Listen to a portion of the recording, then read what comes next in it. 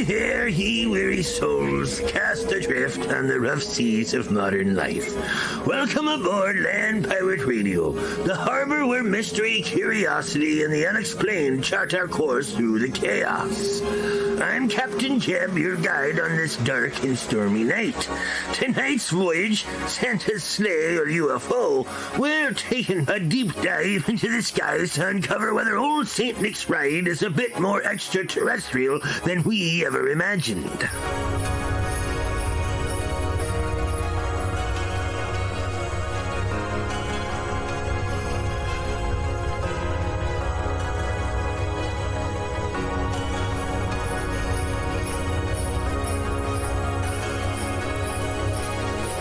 But I'm not sailing these seas alone.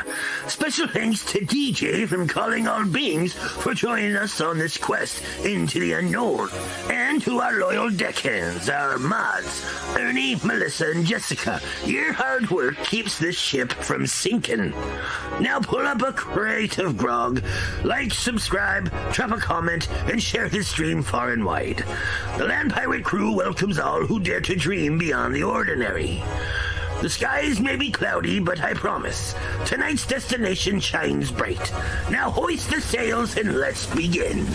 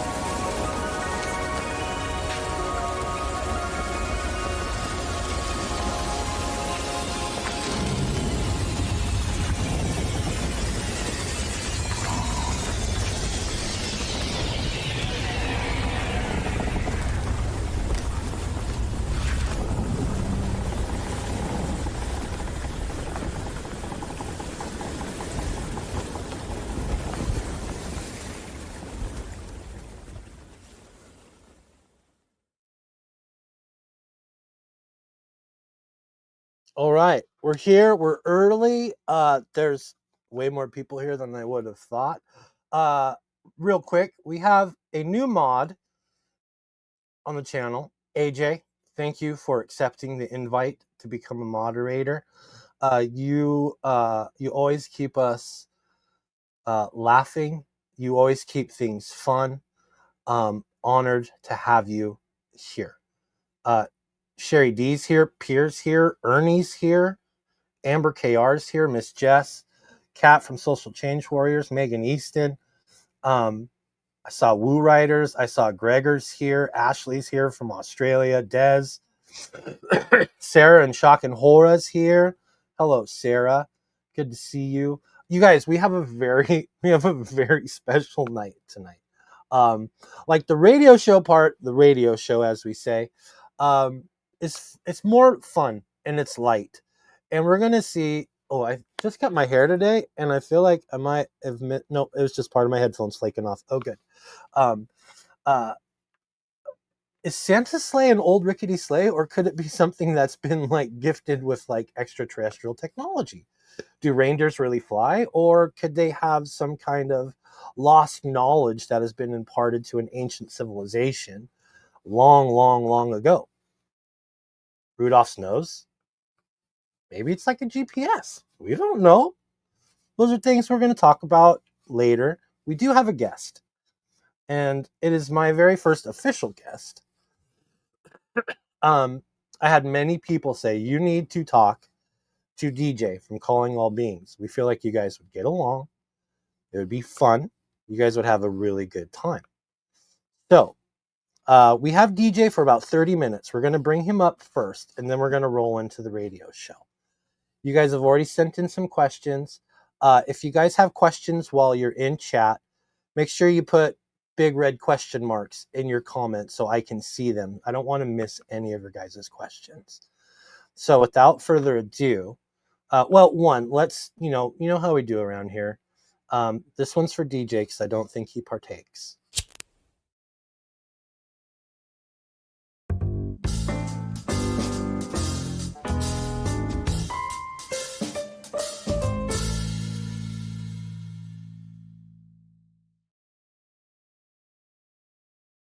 And I will say this. I've watched DJ's lives. The dude comes in hot. He comes in strong. There's no way I will be able to match his energy. So I did what I do best, which is make a silly little edit. And you guys know that I am a very much a pro wrestling fan. So here, just hold on.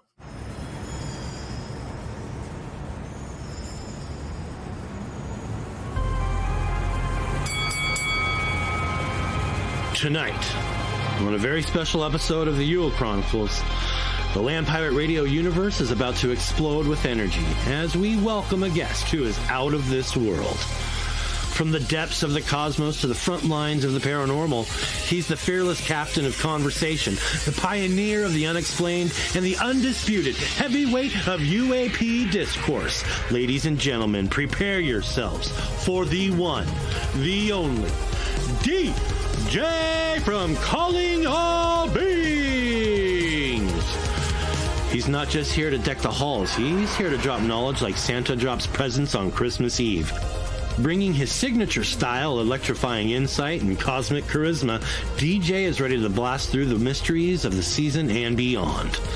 So tighten those sleigh belts and turn up the volume, because this is going to be a ride like no other. Land Pirates, make some noise for DJ from Calling All Beings!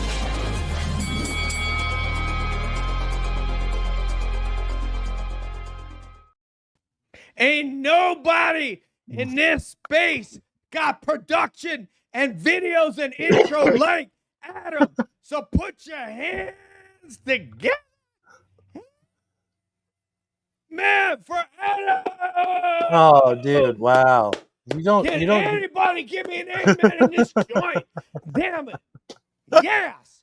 Did you see that production and that video and those graphics? Oh, dude. Damn it. Oh. Give me an amen. Man, after that, I don't even deserve all that. These people are going to be expecting a lot, and all I got is what's in here to bring them. It certainly ain't this. I wanted to try to bring your energy in my own way. And that's how I can do it, dude. I'm honored that you're here, my man. And especially right now, because there's a lot of stuff.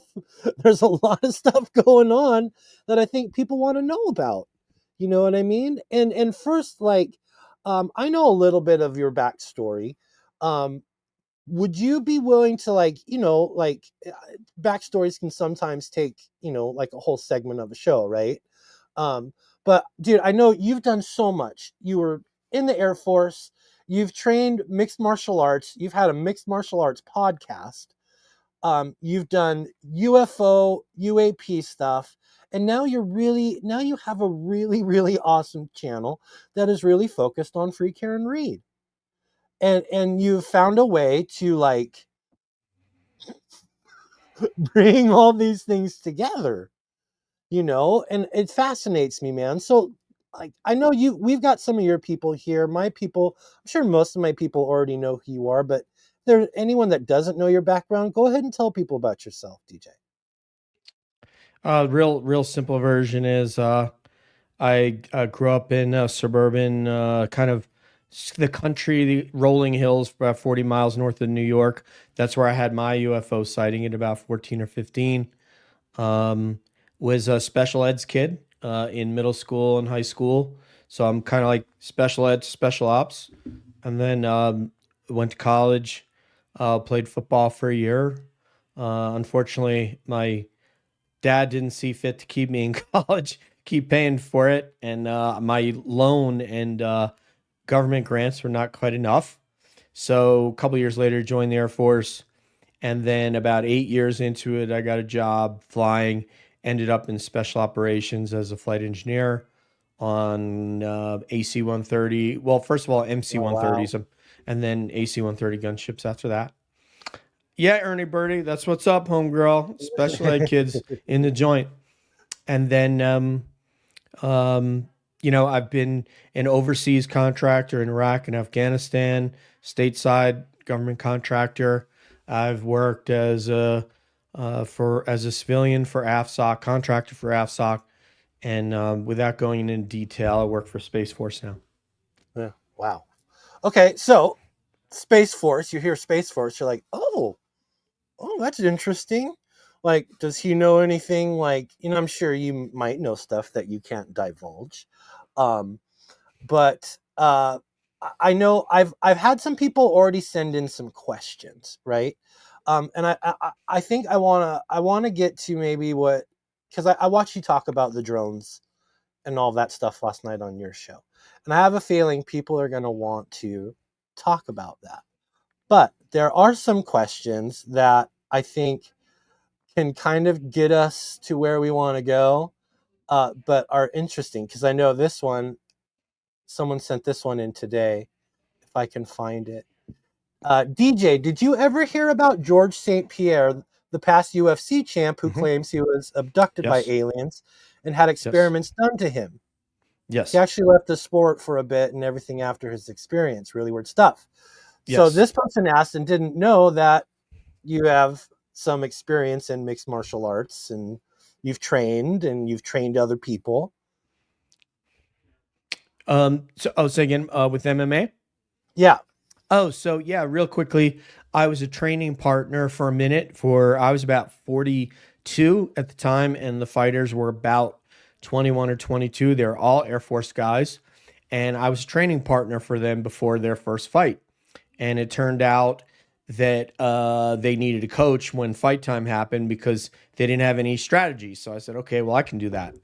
And then I did some other work that was about the breadth of just strictly MMA. After that, I got into BJJ and was doing jiu-jitsu for a decade after I retired, at least. And I'm still going to go back.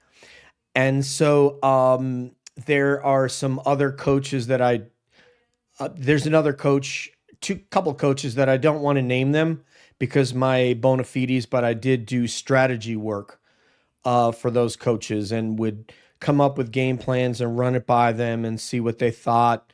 Hey, I think we could attack, for their fighter, we could attack this opponent here, and this opponent appears weak there, and they have these tendencies and those tendencies and things like that. So I did a little bit of that. I'm seeing a couple. Hi, Amber. Yeah, we'll definitely get to that. Yeah, I'm trying to start comments as we go. No, that's okay. And awesome. That's good.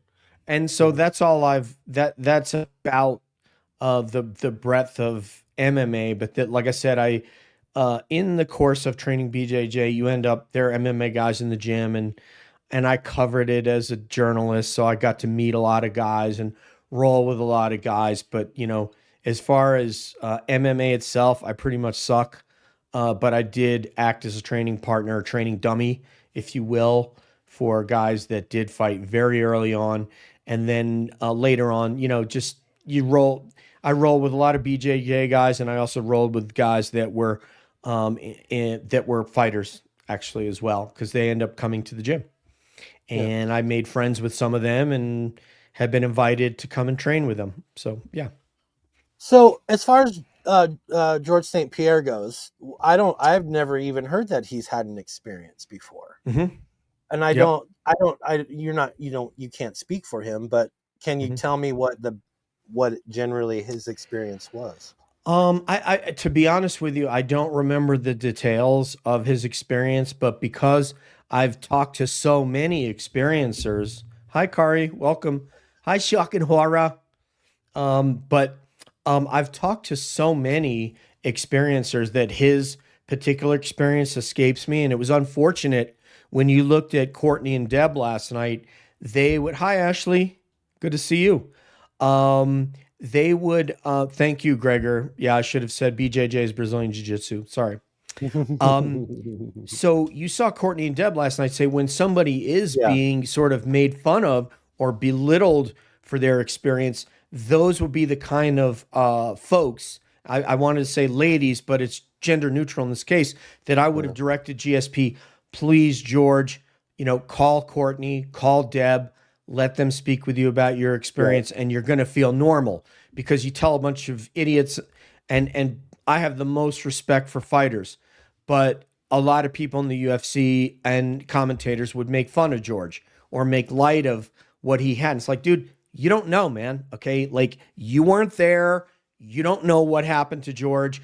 I had Jim Semivan of the CIA on my show. I mean, he was director of field operations for the CIA. So you might say, what does that mean? That means not only is he TSSCI, he's had multiple lifestyle polygraphs. Now, what does that mean? That means you're sitting with all that stuff hooked up around your waist, on your feet, on your hands, and on your fingers, and they're asking you the most intimate details of your sex life, anything that they want to ask you, what you look at on the internet, anything. So when you have someone that's that highly cleared that says, I had beings in my bedroom while I was awake with my wife in suburban Virginia. And when you have an individual that's reached that level, and then he went to work and informed his supervisors at CIA that happened. Subsequent to that, his supervisor said, we're going to get somebody over here to talk to you, book a conference room for not 6, but 8 hours. And we'll have and then they said that, he said guys showed up there that didn't have CIA badges, interviewed him and took notes for 6 of those 8 hours. Gee. So don't make fun of George St. Pierre. Yeah, right. Okay. Questions are going to come in fast and furious. Sure. I'm ready. Let's see. DJ, what are your thoughts on the famous abduction case for the lady from New York City recently on Netflix? So the interesting thing about that is Bud Hopkins' ex-wife, was obviously chiefly involved in that. And she has a very slanted take on it to some degree because of the fact that the subject happened to be an attractive woman, and she developed and was always sort of very dolled up, if you will. And that may have caused some consternation for his wife, as you could understand. And so I don't know that isn't true. I mean, there are some witnesses on the ground that did say they saw a woman floating out of a window. So I don't know. And the son seemed extremely convincing. And as happens in our space, Adam, when there's a certain fame that people experience a certain amount of fame, as you know from our business, that some of them handle that really, really well, and some of them maybe don't handle it as well. Yeah. So does that mean that her experience didn't happen because perhaps she became enamored with? And by the way, is Mike? I got my mic setting on. Is it on? Okay. Sounds great. So does that mean that didn't happen? I don't. I don't know that didn't happen. So I think it's while I don't have empirical evidence to say it happened, it's quite possible that it did. Well, and that's kind of like, that kind of gets into like a weird area, right? Because you don't want to discredit someone's experience, but at the same time, like, are they just making it up because it might, lift them up a little bit? It's kind of a weird place, I'm sure. Can we juxtapose that this way, Adam? If we know, and we have interviewed many people like Whitley Strieber and others that have been abducted. So we know that, let's see, what's Terry, man, I'm going to have to think the abduction at Devil's Tower, Devil's Canyon it was in Arkansas. Terry Lovelace. So if you guys want to look up Terry Lovelace, Lovelace, Terry Lovelace ended up becoming an assistant U.S. attorney from Air Force senior airman in the medical group to assistant U.S. attorney on the island of Samoa, and also, I believe, in the state of Massachusetts. So if Terry Lovelace says he was abducted and Whitley Strieber said he was abducted, then why would that mean that this woman couldn't have been abducted? Like, it's within the realm of possibility. Can you and I here? Hi, Romy. Let's see. I know that Nurse Kim has a name for you, Romy. I'm trying to remember what it is. So, but welcome everybody. But anyway, hi Sherry Dizzle and Jasmine. Like, a couple of my mods are here. Let me give a hand salute to my mods. I think I stole one of them. As well you should. If they're willing to do the work. They're great. Heck yeah. Oh my God. Like, Dude, they're like, if it wasn't for gods. them. No, I mean, yeah, it's a whole different ball game when you get people like them in the chat, because everyone feels welcome and they feel loved, and that's what we're here for. Yeah. So I'm gonna space out and forget about chat for a while anyway. So it's like, okay, the girls have the chat under control, and they're like making sure chat's engaged. Yes, we're gonna do a Billy Joel and forget about life for a while. Drizzle to the Nizzle DJ, aka Kazoo. Look at her. Sharing, so funny. Love it. So yeah, I don't know that that is not. I don't know that that's not true, and that could very well be true, because we know of other credible people who have had these experiences. So, there's another story. I just want to say one thing about Jim Semivan, and he didn't say this during our interview, but to be frank with you, there are other people who have done better interviews than ours with Jim Semivan. James Iandoli is one. If you guys look up Engaging the Phenomenon, you can look up James Iandoli.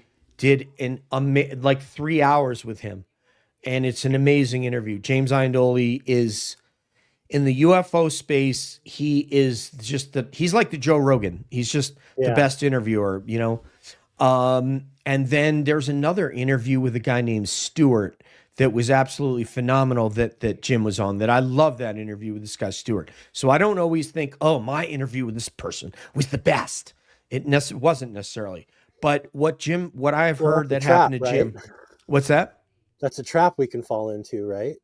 Thinking that you can, if you let this go to your head. Yeah. If you let this go to your head and there's too much ego, you know, we need a certain amount of ego to, like, you have a certain amount of ego that drives your work. Like, your work is so damn good, what we just saw, but not to get it to where you become full of yourself. Here's the thing. Like, I call myself a semi-pro touring musician for a while. And I've been playing bass, I've been playing bass guitar since I was like 15. So over half my life now. And here's the one thing I always told myself, I'm like, I am good, but there's thousands of kids that are half my age that are already better than me, And I think for me, like, I learned, like, if I want to be better at something, I got to surround myself with people that are better than me, especially in music, because if you can't tread water, at least you're going to sink. You know what I mean? So that's like, I've always been like, I know I'm good at what I do, but I know that I can always be better. And that there's always going to be some young whippersnapper right behind me ready to, like, take my spot, So you have to, like, absolutely. It's like sharp. Sports. It's real. It's just real. Yeah. Yeah. It's like if you're a running back in football, you know that, oh man, I'm 30 years old now. I'm like old, and somebody could come up and that's 24 and could just totally take my spot. Yeah. So anyway, going back to Semivan and these strange experiences, I was told by my colleagues that one of the interviews he did, he said that at one point he and his wife found themselves outside the house in their bed clothing, and ended up having to use, like, the code to get back in the house, where the door was locked. So could that have happened to this woman? Yes. So long-winded answer for you, Amber, but yeah, that's it. And this might be a long answer. So back in November, we had the hearing with Admiral Tim Gallaudet. Yeah, Gallaudet, Elizondo, Schellenberger, Nick Gold. and Gold. Yeah. Yes. I was left, because we talked about that here for like 3 nights. I did this whole thing, and I walked away with, like, I don't know what it is, but something's there. Something's happening. I can't tell you what I think it is. I want to believe that it's something out of this world. That's what I want to believe. But all I know is like people are seeing stuff. Like Mhm. I want to know, was that all a dog and pony show for us? Or do you think that we are in maybe the beginnings of a very slow rollout of transparency? Well, first part of your question is no, it's not a dog and pony show.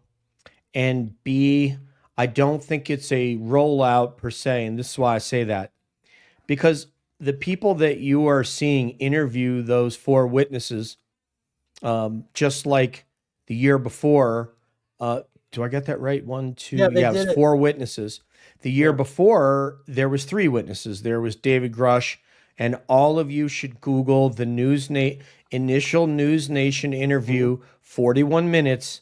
I sent it to Beatrice last night. And if any of you that have contact with me on Twitter and you want that interview, just DM me or message me on Twitter, and I will send you that interview with Ross Girls have been- Coulthart on News Nation. It's mind blowing. Girls have been sharing So- your Twitter link in the chat. So if people want it, the chat, your Thank you. link's there. Yeah. Yes, I will make sure that you have that groundbreaking interview by David Grush because, like Jim Semivan, he's extremely highly cleared and briefed at the presidential level at the White House. He's very young to be doing that, which tells you that he's shit hot at what he does. Secondly, second part of your question is this slow disclosure? I'll tell you why I can't say that. Even let's say that could be happening. I'll tell you why I can't. I can't say that. The reason I can't say that is because the people who are interviewing those four gentlemen are not the holders of the information. Those are deep-seated government GS types, bureaucrat types, also up to, I'm sure, the SCS level probably, and government contractors that have been read into these unacknowledged special access programs or unacknowledged SAPs and are the keepers of this information. And they have very strong protection around them. So to understand this, David Grush, real quickly, I'll give you the abridged version of this as opposed to the unabridged, which is the 41 minutes with him that you're going to watch. This is the abridged version, small dictionary. David Grush was part of the NRO. He worked for the NGA. He was a government GS-15 in his 30s, which, again, is pretty awesome. And Hi, Jen Hicks. and he was asked to join the UAP task force, which was one of the early acknowledged DOD or Pentagon-led programs about UAPs. When he sat in that position and people became aware that he was part of that task force, people started to contact him and say, there are programs that you need to know about that you don't know about.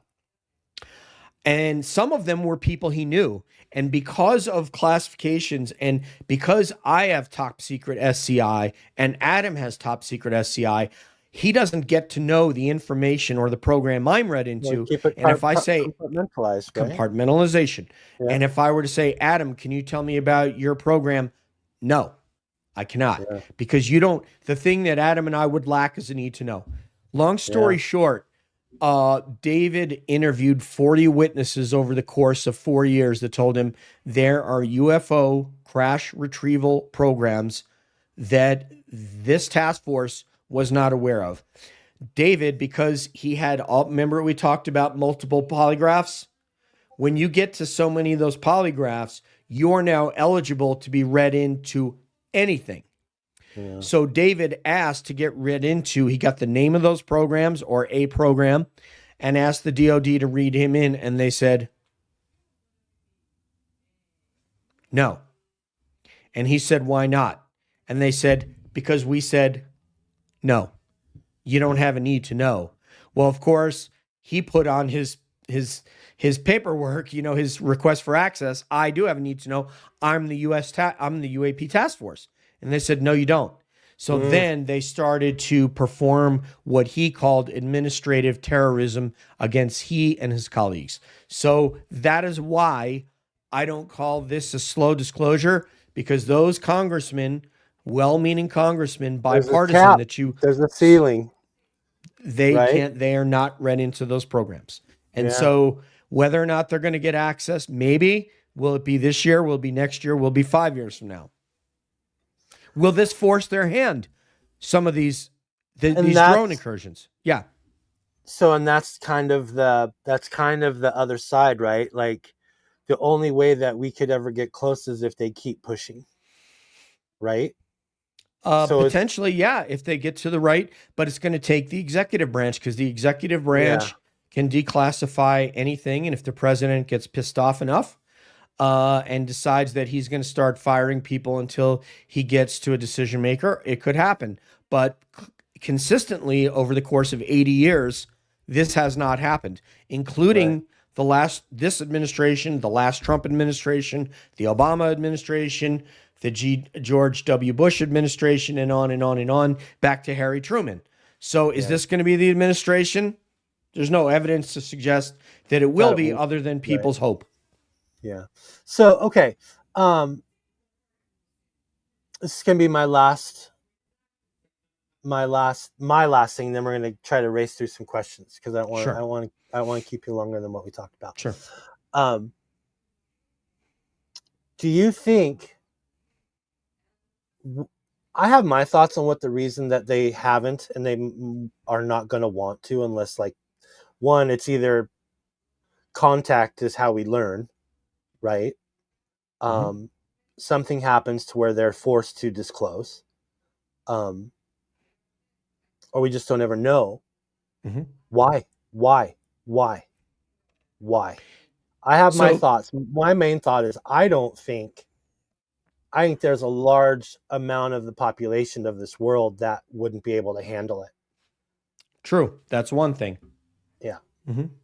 So from a historiographic perspective, we need to look at an event in history at the time that decision was made, as opposed to 2024. So if we were to say, well, how come, like, if I were to be angry DJ and go, well, hey man, how come in 1947 they didn't just tell the folks at Roswell that the stuff they saw was real? Because that's what I'm down for. Well, at the time, they're saying, well, it's 1947, it's July. We are less than 2 years after the atom bomb was dropped on Hiroshima and Nagasaki. And so World War II just ended. And all these baby boomers have come home, and we've downsized the military to a very small number, and we're settling into the baby boom. There's no, there's a Cold War, but there's no hot war at that point. We just came off of 4 years of a world war. Yeah. So they said they used the nuclear, that sort of secrecy construct of compartmentalization that they use for nuclear weapons. They use that for UFOs, and said, we don't want to freak people out. We don't want people to know that our skies are not safe from these things, because they can move and go wherever they want. So we just want to acknowledge it, and we'll just create Project Blue Book and so forth, and tell everybody this is all fake. It's nothing. Right. Yeah. So that's the reason why they didn't think that we could handle it. And like in the law, they always say, well, are we going to change the law? Is there precedence?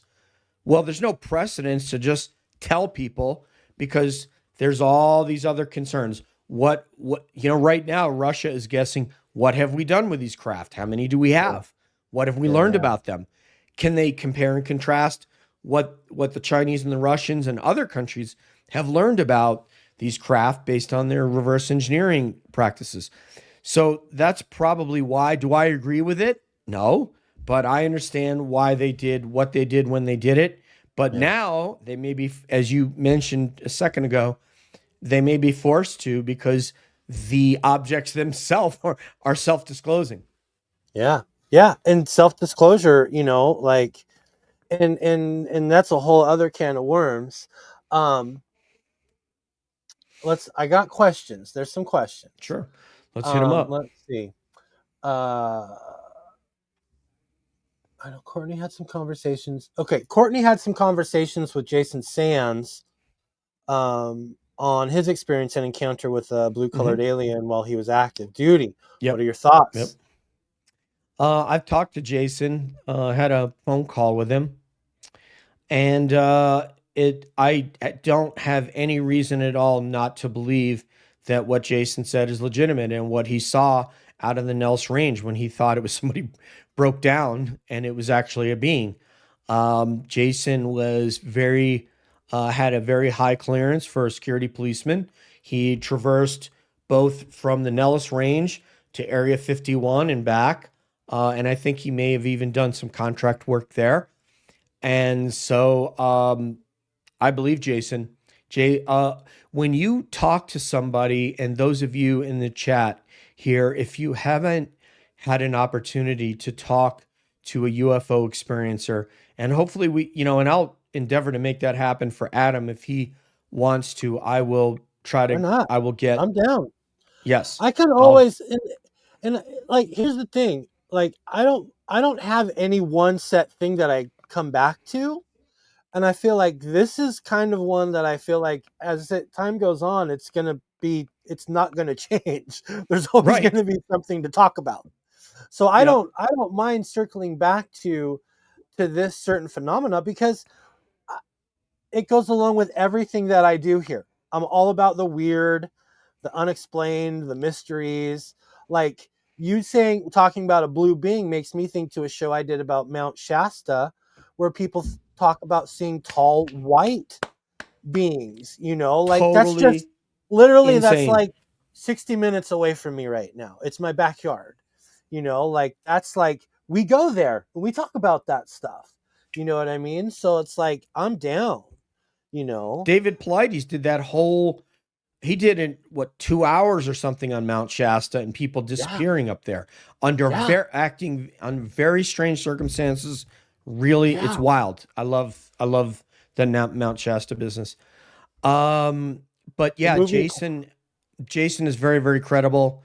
And the part I was asking about, when you talk to UAP experiencers, someone who has touched the phenomenon in a meaningful way, which is not what happened with me. It was not meaningful. It was not life-changing for me. It is when people are very close to it and it's not just a kind of a glimpse, and they're haunted by this. I interviewed a guy named Max from England. Maxie McCabe is what he goes by.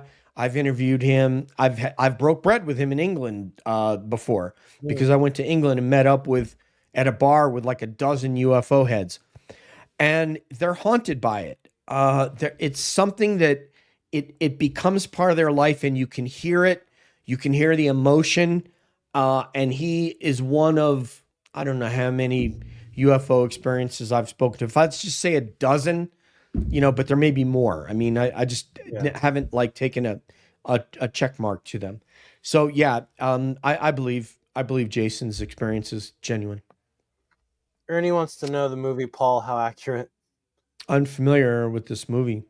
I wish I could speak to that, Ernie. Well, we can connect and let me know about it. Good to see you, man. I was just curious if you ever died. Absolutely. So if you go into, hi, Ashley, nice to meet you. If you go into Calling All Beings archives, prior to me deciding to do true crime, which is something that I thrust upon the cabbies, and only Courtney has participated. She's actually done 2 investigations. One for a missing person in Pennsylvania, which she literally got chased out of town, 25 miles from where she grew up. And Courtney's also done work on the Kobayashi case. I believe it's Hannah Kobayashi, and Courtney was called in to do work on that case as well. But other than that, as far as Karen Reed, it's just been me. Although, no, Courtney's done, I think, 2 episodes in Karen Reed. But the point of me telling you all that is we have done multiple paranormal episodes, multiple Bigfoot episodes, and many, many UFO episodes of the 135. We've paranormal would be the smallest. Bigfoot would be the second, and then UFO would be the most that we've done. But we love talking Bigfoot as well. All right. I had one, and then I looked at a message. Oh, here we go. DJ, do you think, this is from Discord, do you think that the government is actively working hand in hand with alien beings and trading humans for technology? Man, That's a serious question. I'm gonna direct you guys. I'm gonna direct you guys toward a 60-page book that is available, 59-page book maybe, that's available on Goodreads. And it's called Way Above Black. And if you'll allow me the grace to Google that.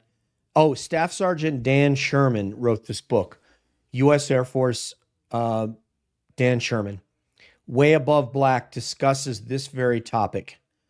And somebody who was trained to communicate with beings from another world and through a particular medium that was set up, or in architecture, let's call it an electronic architecture, that he was able to communicate and transcribe sets of numbers and letters. And if you're familiar with the GMRS system of navigation, those letters and numbers turned out to be coordinates. And when he figured that out, he's like, I want out of this program. So the reason to answer your question, it appears that there has been, according to him. Do I know that independently? No, I can't personally verify that. But I can direct you to not only Dan Sherman's book, but an excellent interviewer by a colleague of Adam and mine. And I say that she's an interviewer, somebody who, on visual medium. And she did an outstanding interview with Staff Sergeant Dan Sherman. And the thing I think you'll like about that, let me finish this real quick. Thank you. It's right there. Way Above Black. The thing I think you're going to like about this, Adam, and you friends in the chat, is that he doesn't take the themes that he talked about in the book and just totally go and just take them to places that he didn't go before. He'll expound and explain and give some detail, but he doesn't change what you read in the interview so that you go, oh, wait a minute, dude. Like, you wrote one thing in the book and now you're telling her something else. That's not what happened. It was more of an expounding on and a clarification of the things that he told in the book. And he doesn't add flair and a whole bunch of pomp and circumstance. Phenomenal book. So it appears that is the case. Going back to, I can't remember the detail of how old the program is. The book is set in the early to mid 90s, 94, 93 or 94. Can you give me two more? Sure. Well, go ahead. Two with the A and B, and then the last one. Yeah, non-UFO question. I'd like to know more about your cat and your arm tattoo.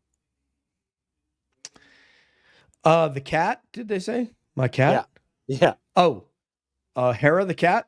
I've got 3 cats, Perseus, Bella. Is that what they're asking? My cat, Perseus, Bella, and Hera. Hera is the one that comes in the studio. Her nickname is the Black Panther. Perseus, I found in the woods as a kitten alone. He's nicknamed after a hurricane. His nickname is the Bobcat. He followed me back to my car and jumped in. And Bella, we call her the tiger. She really is more like a cheetah. Not in her spots, but her physical body looks like a cheetah. And her athleticism was some of the things I've seen her do. I haven't seen a house cat do before. She's pretty amazing. The arm tattoos. This one says, treat others as you wish to be treated in Latin. Yeah. And this one here says in Latin, unhesitant to act gentle in manner. It's awesome. Now for a podcast question. What's the coolest new to you thing you have learned about recently? That's a good question. That is a great question. The coolest new to me thing. Because I haven't done UFOs, Bigfoot, or paranormal lately, they're more prosaic things. So some of the analysis that I've heard on the Karen Reed case Some of it is really interesting. In fact, I hate this is not meant to be a plug, but Don't, dude, no, don't go, bro. Come on. The floor is yours. well, you and I have a colleague named Grace. Hi, Cursey Nursey M. We love your cursey nursiness. We have a colleague named Grace from Dream Feed Media. And when I saw her video, actually, when I was in Boston in October, You've been talking about her for a few now. Yeah. When I went to the Turtle Boy party, the Halloween party, I was going to my college for reunion with the football guys, and I was going to Turtle Boy's Halloween party. And when I did that, I left Boston Logan and tuned into this taillight whisper thing that Grace did. And I was blown away by this woman and her intellect. So with that, she has unlocked a lot of things about the case using Apple Health data, Apple phone data, doing physical measurements, doing all kinds of different forensic looks at what was said and what she has been able to verify, going into Apple's databases and figuring out when things update on your watch and where John Oak. So that's probably the most recent thing. I would love to tell you that it was Bigfoot and UFO related, but really, if I were to go in that realm, if that's where you want me to go, I would say David Grush, the things that he has espoused. So there's 3 things in the past year. Let me give you that because I think that'll really get what they want to get at. Okay, 3 things in the past year. One of them, David Grush confirming many of the things that we had already heard, that myself, Deb, Nathan, Courtney had heard about in the community, but we could never confirm it with a good source to know that it was real. David, within the bounds of what the DOD allowed him to talk about, confirmed those. That friggin' blew me away. So that's one, because it's like, oh shit, this is real. Second thing, I got you, Pierre. We'll get to that. I saw it.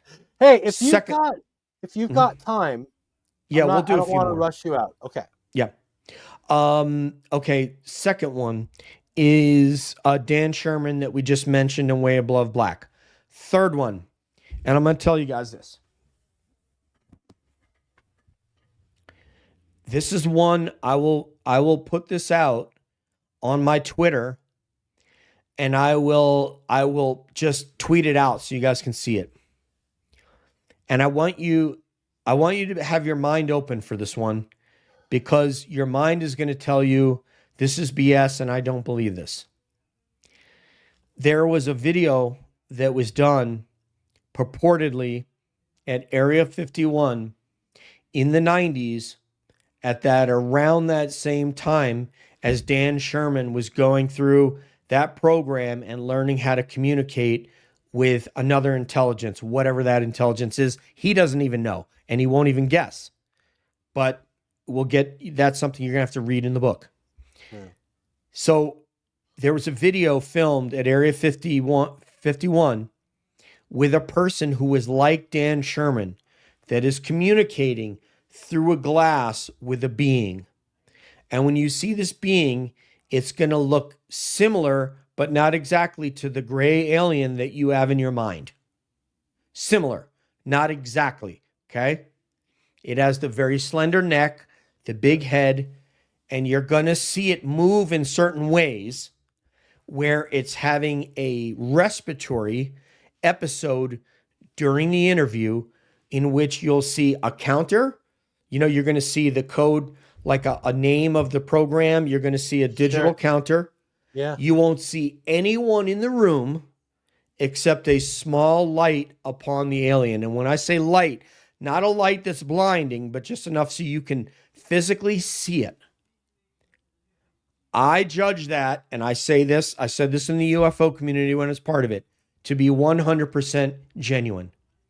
Now, I'm saying that as an empathic person, that the episode that this creature is having, where somebody comes to it and starts two medical people come from behind a curtain and begin to tend to this creature as it's you are going to feel a certain pain for this creature, for it trying to breathe in our environment.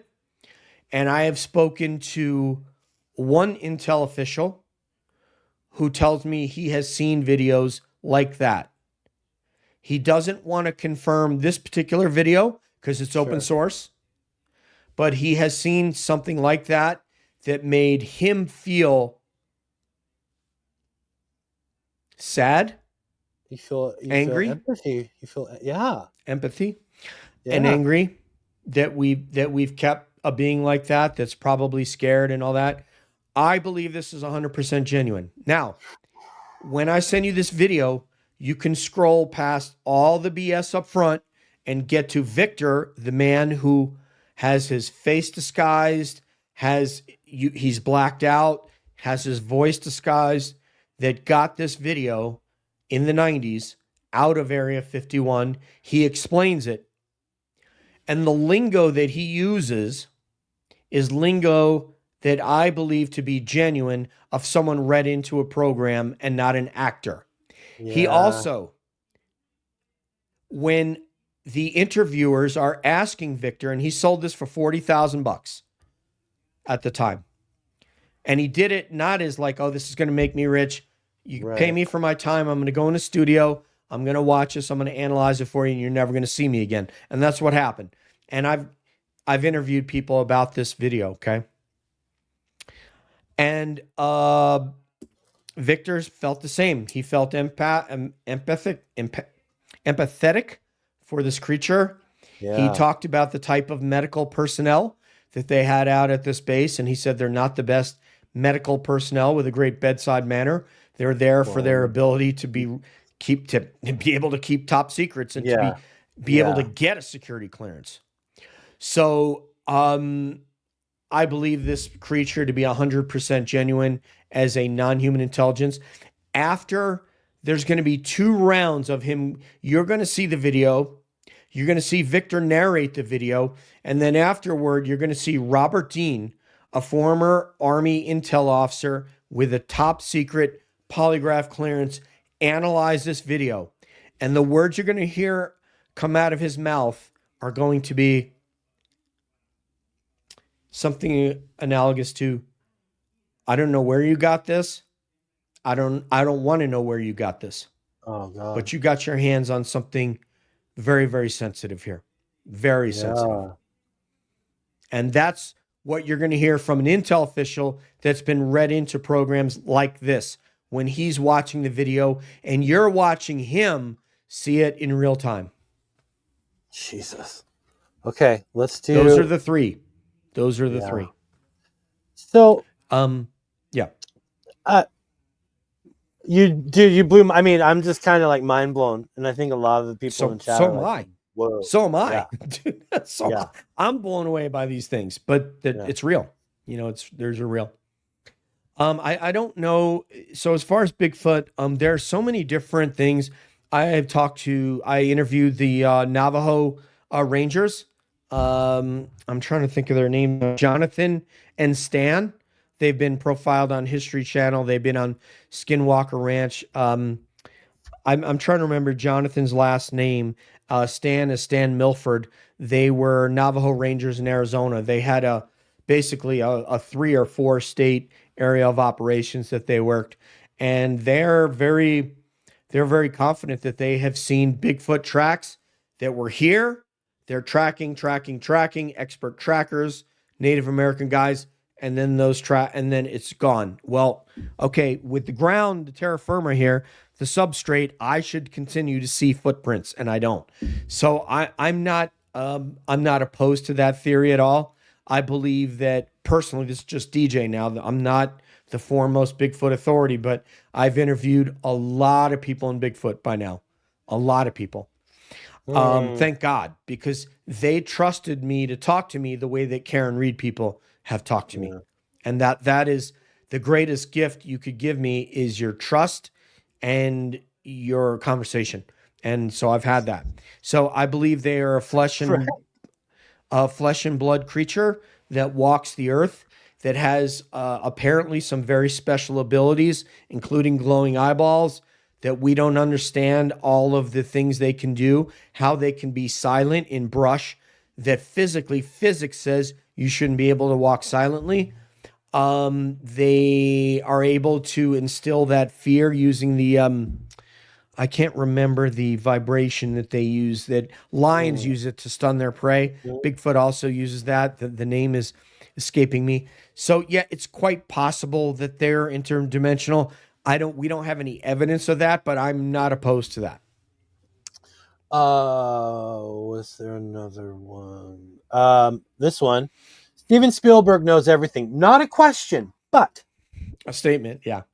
yes. Maybe. How Yeah. much do you put into Hollywood kind of throwing things out, right? So like if it does happen, maybe it's a little bit more normalized because of what we have been shown. I would amend the end of that sentence to just say know some things. And that I've heard that he got, well, first of all, he met Jacques Vallée, and Jacques Vallée was got like some sort of a producing credit or something on, and he was profiled in Close Encounters of a Third Kind. And Jacques Vallée is one of the foremost minds in UFOs since the late 70s. So I think it's quite possible that he knows things, has been read in, not read into things, but he's been told things, because you can't read someone in that doesn't have a clearance. Right. In answer to Ernie Bernie's question. But I believe that Stephen has been told things, and I'm sure he knows quite a bit. Okay, last one, you guys. I know there's a lot, and I hope we can do this again. Sure. Be honored to, yeah. People are asking, when can we see that video? I can post it right after the show on my Twitter. Yeah, we'll leave it that. Go to his Twitter, and he'll have it. He'll have it there. So the last question, and this will kind of get us to what's happening on the East Coast. Your thoughts on Lou Elizondo saying these aren't USA drones? Yeah. So you know, we have to put in our minds, and we talked about this on Cab last night, that absolutely there are multiple things in the sky looking at what's there. But the genesis, you know, when we're trying to deconstruct something, we have to go back to the beginning.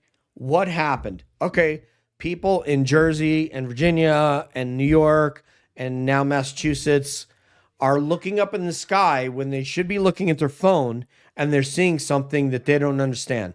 Something is telling them this isn't normal, because they know what planes landing at New Jersey, Newark International and Boston Logan looks like. Yep. They know what aircraft overhead look like. Yep. So people are seeing something that they don't understand, that doesn't make sense to them.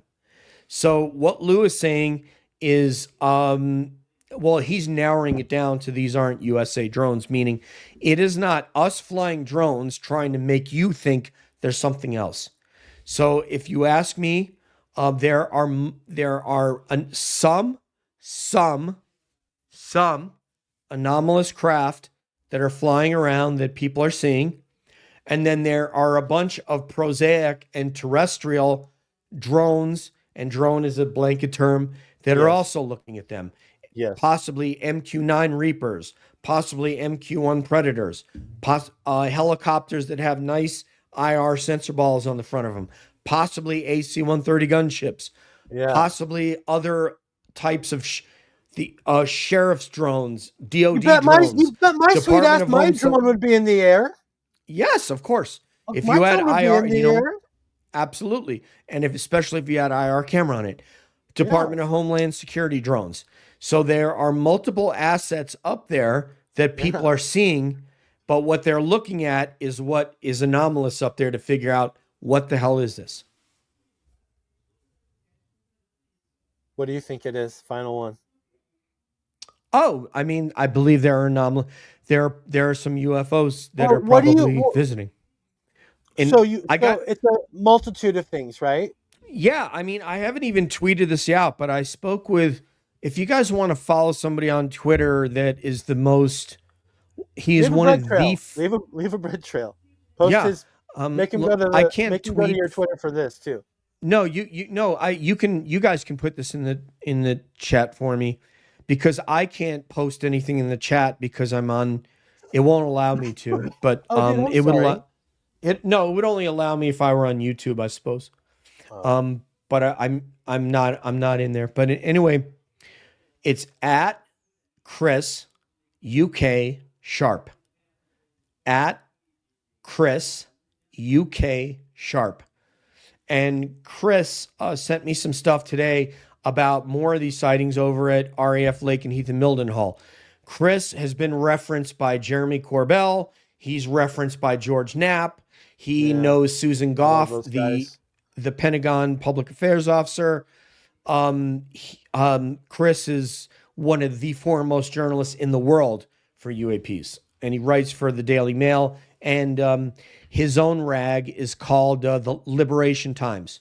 And I've broke bread with him twice in England. He is a wonderful human being beyond all of that. Excellent. Any other questions that we need to hit up before I go? Yeah. If you're down to answer, if they have them. I don't have any. I don't think unless I missed some, I think I got through. If we're good, then all we're good. of mine. Yeah, we got through it, man. Good night, Okay, dude. thank you. Heck yeah, brother. Thank you for the invitation, man. You're an awesome host. Oh, I just am making it up as I go, my friend. Same here. Yeah, that's all we can do. Dude, thank you so much. Keeping an eye on chat, dude. Everyone was stoked. Thank you so much. If you want, once we get out of here, I'll give you a ring if you want while my radio show is playing at the beginning there. Sure. Yeah. You guys, give it up for our guy, everybody. DJ from Calling All Beings. Thank you. Just because I love it so much, I'm gonna give it play up for it you guys. I'm playing this one for you on the way out too.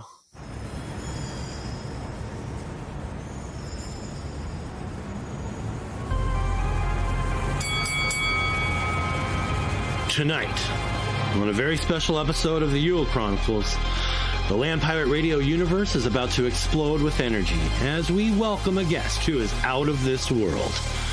From the depths of the cosmos to the front lines of the paranormal, he's the fearless captain of conversation, the pioneer of the unexplained, and the undisputed heavyweight of UAP discourse. Ladies and gentlemen, prepare yourselves for the one, the only, DJ from Calling All Beings. He's not just here to deck the halls, he's here to drop knowledge like Santa drops presents on Christmas Eve. Bringing his signature style, electrifying insight, and cosmic charisma, DJ is ready to blast through the mysteries of the season and beyond. So tighten those sleigh belts and turn up the volume, because this is going to be a ride like no other. Land Pirates, make some noise for DJ from Calling All Beings!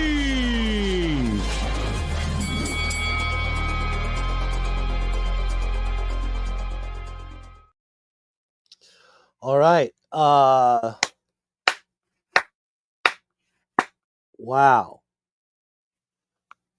I think that went pretty good. I think that was pretty darn good. Can I get you guys to drop some cabs and some pirate flags in the chat for your guys? Wow.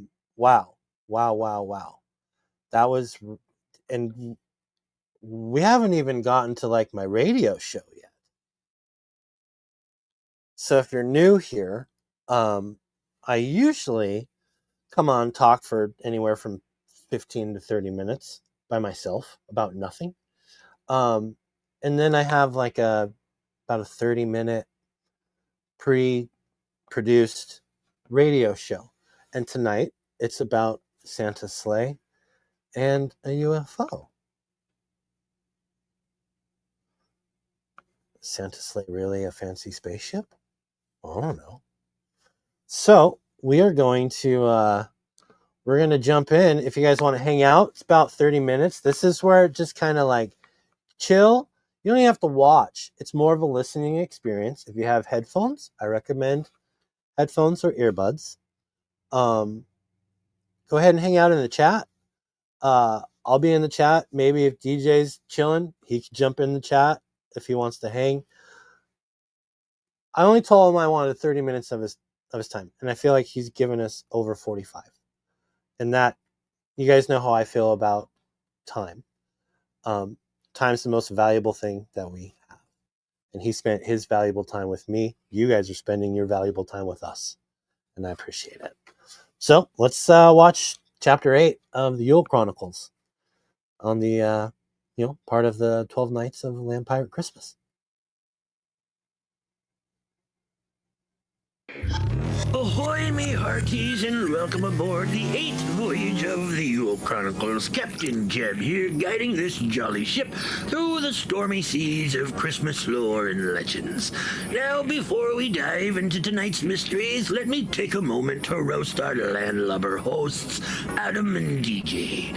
Adam, our fearless land pirate, spends more time talking to ghosts and ghouls than real people. Fitting, since the only thing spookier than his radio voice is his editing schedule. And DJ, the intergalactic convoy from Calling All Beings, thinks he's got cosmic secrets, but trust me, he's still puzzling over the instructions for his IKEA telescope. But don't worry, lads, you're the finest scallywags I'd ever want on this adventure. Now let's hoist the sails and uncover the wonders of this wintry world.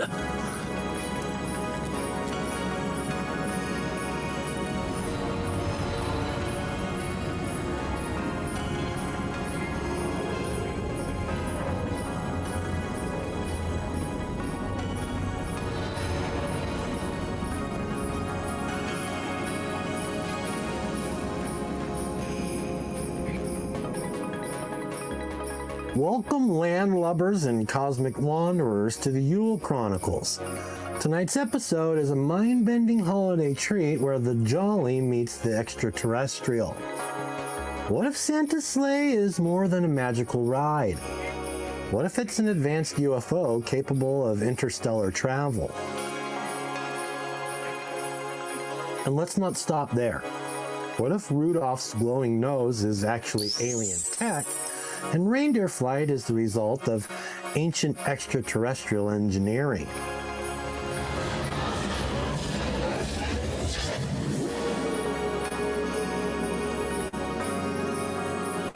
Tonight, we'll explore the overlapping worlds of Christmas folklore and UFO phenomena, diving into historical accounts, modern-day sightings, and the wildest listener stories you've sent in.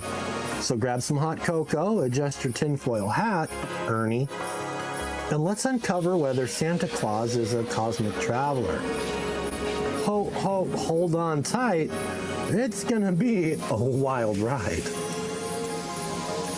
You're listening to Land Pirate Radio, where mysteries roam, shadows linger, and no stone is left unturned. Whether it's the unexplained, the strange, or the stories that make you shiver, we're here, out in the unknown, bringing it all to light. Stay tuned, if you dare. Let's set the scene. It's Christmas Eve, the sky is dark, the stars are twinkling, and suddenly you see a streak of light zooming across the horizon. It's fast, glowing, and completely silent. If you're a believer in Santa, you'd say it's his sleigh.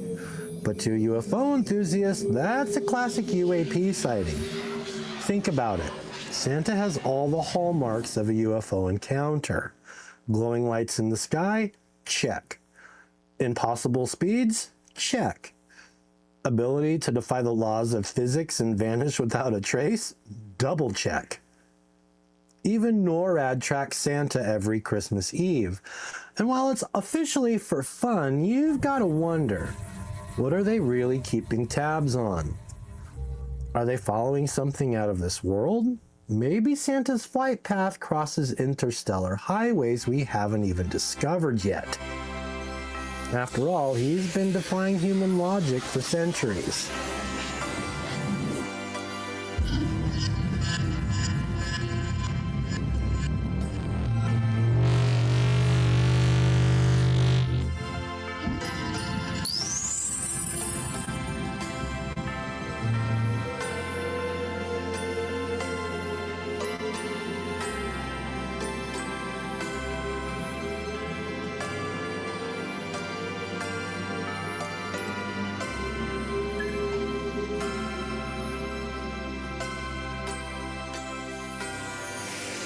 And if we're being totally honest, let's not ignore the fact that Santa doesn't age, doesn't tire, and seemingly operates with a level of technology we can't explain. Immortal alien? Time traveler? The evidence is mounting, folks. Now, let's dive into one of your stories. Jenna from Montana shared a fantastic experience with us, and it goes a little something like this. Hi, Adam. Love the show. So a few years ago, my family and I were heading back home on Christmas Eve after a party. We live out in the countryside, so the sky was pitch black except for the stars. Around 11 p.m., we saw this glowing red light dart across the sky. At first, we thought it was a plane, but it was way too fast. Then it stopped. Like, completely stopped. And just hovered there. Out of nowhere, two smaller green lights appeared, spinning in a circle around the red one. My little brother swore it was Santa's sleigh, and honestly, we couldn't come up with a better explanation. It just hovered for a few seconds and then zipped away faster than anything I've ever seen. We all just sat there, totally stunned. Jenna, that's an incredible sighting. A red light accompanied by smaller green lights hovering and then vanishing? That sounds eerily similar to descriptions of UFOs in numerous documented cases. Could it have been Santa, or was it something or someone else? Either way, it makes for one heck of a Christmas memory. Thanks for sharing, Jenna.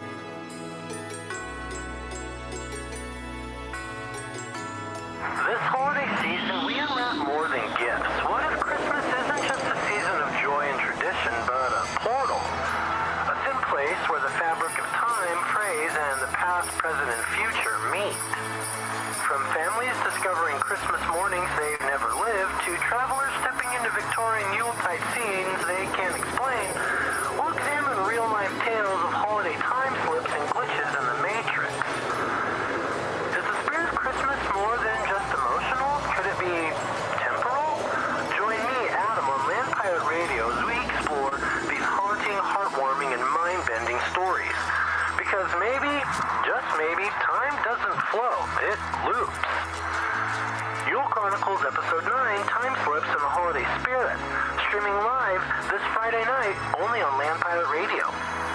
Because the best mysteries don't stay wrapped for long.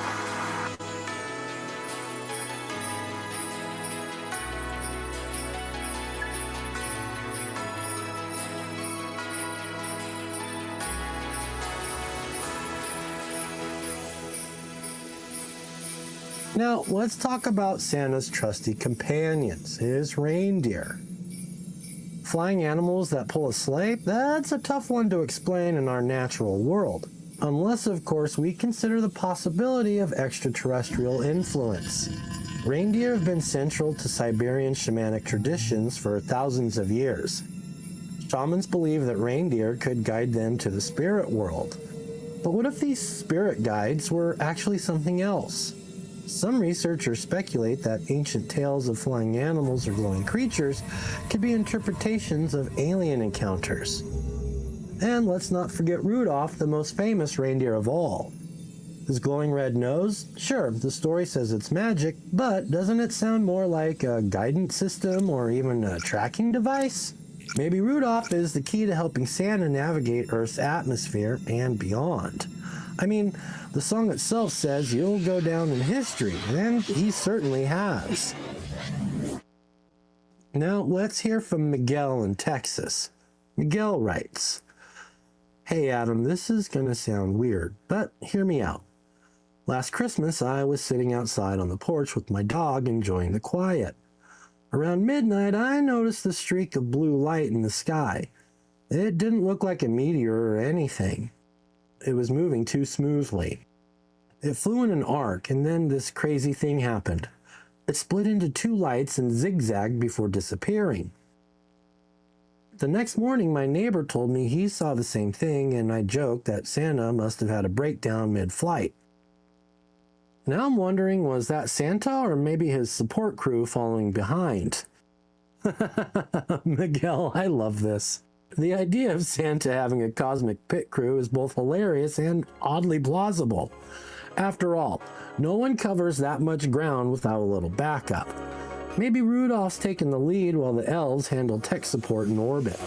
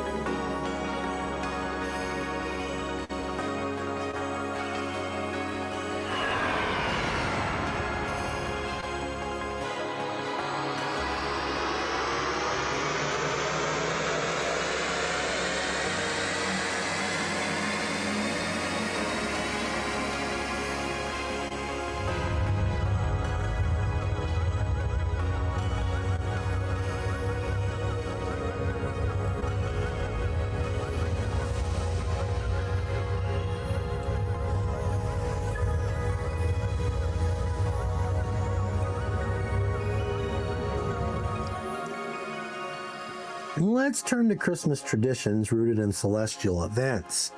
For centuries, the winter solstice has been a time of reflection and mystery.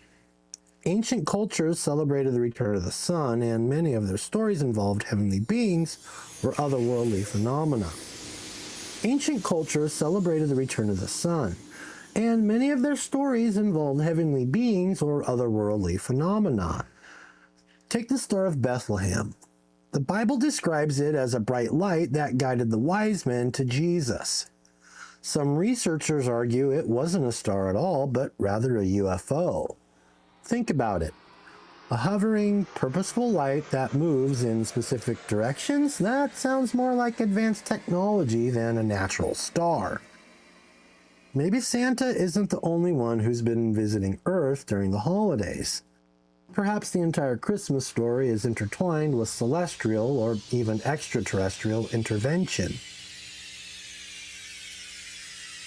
Our final story comes from Doug in Oregon, and it's a doozy. Let me get into my Doug voice, everybody. Hey Adam, I've got a story that might just blow your mind. When I was a kid, my grandpa told us about this time he was walking home late on Christmas Eve back in the 1950s. He saw what he thought was Santa's sleigh in the sky, a bright light moving across the stars, but then it stopped and he swore he saw a beam of light shooting down to the ground. He followed the beam to a field, but by the time he got there, there was nothing but a weird circular pattern in the snow. He joked that Santa got beamed up by aliens, but I've always wondered if he actually saw something extraterrestrial. Doug, that's an incredible story. Your grandpa's experience reads like a classic UFO encounter. A circular pattern in the snow, that's textbook landing evidence. Maybe Santa wasn't just delivering gifts. Maybe he was making contact.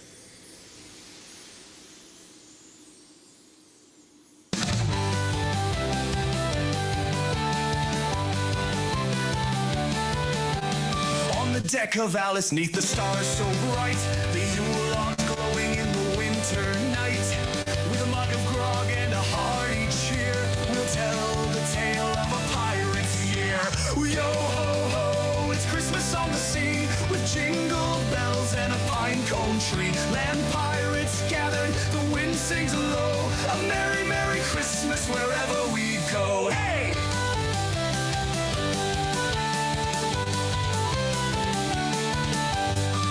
Gilded halls or a feast so grand, but we've got our kin and a steady hand. The stockings hang by the captain's chair, while the ghost of Yule fills the salty air. Yo ho ho, it's Christmas on the sea, with jingle bells and a pine cone tree. Land pirates gathered, the wind sings low, a merry, merry Christmas wherever we go. Hey!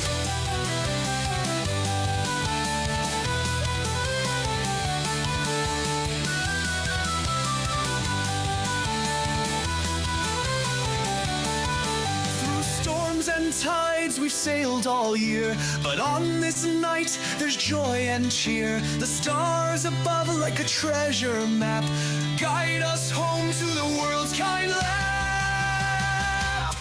So raise a toast to the ones we love, to the Christmas star shining high above. From Alice's deck to the world beyond, we'll share the warmth of this pirate song. Oh yo ho ho, it's Christmas on the sea, with jingle bells and a pine cone tree. Land pirates gathered, the wind sings low, a merry, merry Christmas wherever we go. Hey! From Land Pirate Radio, a wish takes flight. Merry Christmas to all, and to all a good night.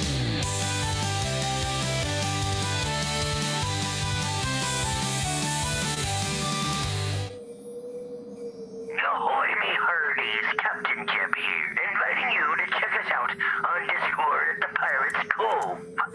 Chat more about these episodes, connect with other wanderers, and even leave suggestions for the show. Raise a toast to the wanderers, the seekers, the dreamers, to the misfits and outcasts, and late-night schemers. May your days be merry, and your nights aglow, with a land pirate Christmas, wherever you go.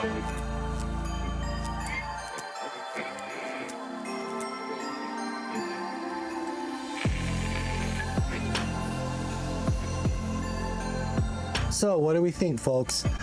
Is Santa Claus an interstellar traveler zooming across galaxies in a high-tech sleigh? Are his reindeer alien hybrids equipped with the ability to fly? Or are these just coincidences, blending folklore with our fascination for the unexplained? Whatever the truth, it's clear that the mysteries of the holiday season go beyond the chimney.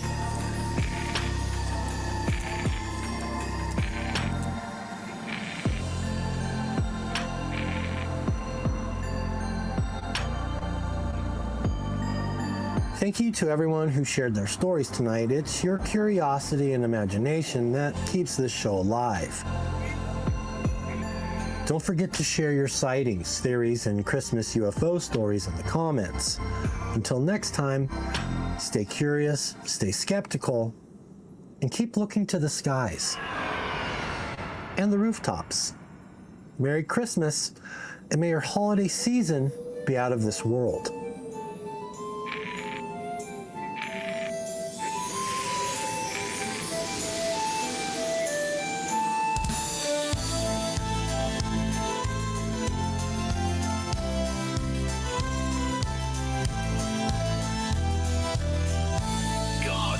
Ye merry Captain Jeb, let nothing you dismay.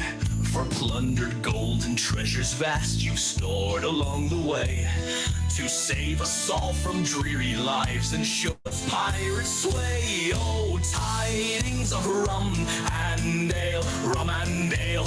Oh, tidings of rum and ale.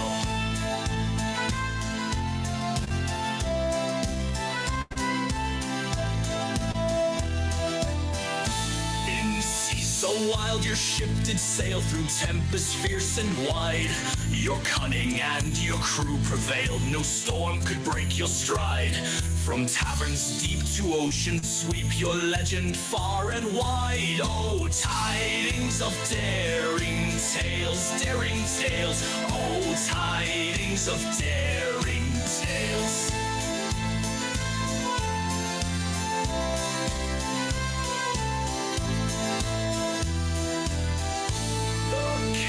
Roared, the blades did clash, yet never did you yield. A treasure map, a hidden stash, all secrets you revealed. Your heart is bold, your laugh is gold, in every port you've healed. Oh, tidings of adventure grand, adventure grand. Oh, tidings of adventure grand.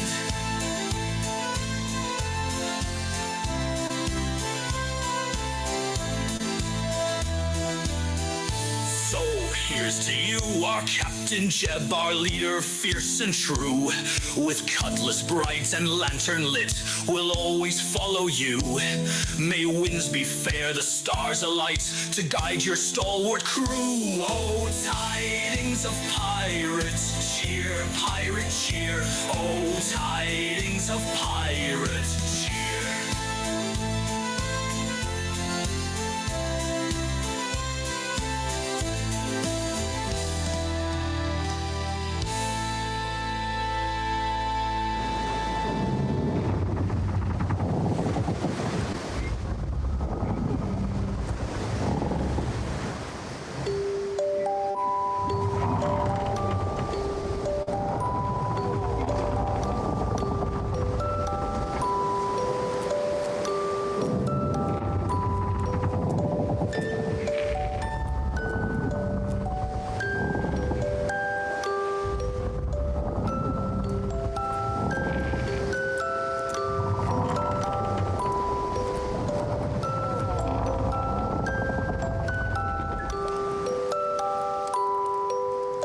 Ahoy there, me hearty holiday revelers. It's old Captain Jeb at the helm, bringing ye a bonus episode of the Yule Chronicles. Tonight, we're casting anchor in the curious waters of Arthur Christmas. Now, let me tell ye, this be no ordinary Christmas tale. It's a yarn that ties the magic of old with the wonders of newfangled gadgetry. So hoist the mainsail and tighten your sleigh straps as we explore how modern technology and good old holiday spirit coexist in Santa's operations.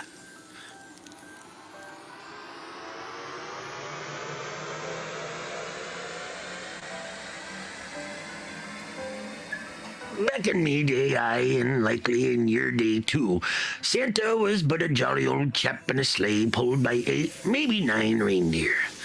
But on Arthur Christmas, the jolly fellas ditched Dasher and Dancer for something that'd make even a pirate blush with envy. A colossal flying contraption called the S1. This beast of a ship be more spacecraft than sleigh, with more bells and whistles than me own Alice after a night of tinkering. But here's the rub. With all this tech and precision, where's the warmth, the heart, the twinkle in Santa's eye? Hey, it's efficient, sure, but it feels a bit like trading your trusty ship for a cold, lifeless submarine. Effective? Sure.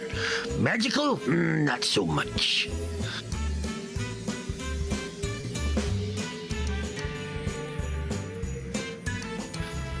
And now let's talk about the heart of this tale. Arthur. Arthur. The kind of lad who sees the joy in a gift, not just the logistics of it. When a single gift, a shiny bike for a lass named Gwen, be left behind, Arthur sails straight into the storm, determined to deliver it before Christmas morn. But does he turn to that soulless flying fortress for help? Nay, he teams up with Grand Santa, a crusty old sea dog of the North Pole, and hauls out the rickety wooden sleigh of yore. Together they chart a course through chaos and calamity, proving that sometimes the old ways have a bit of magic left in them.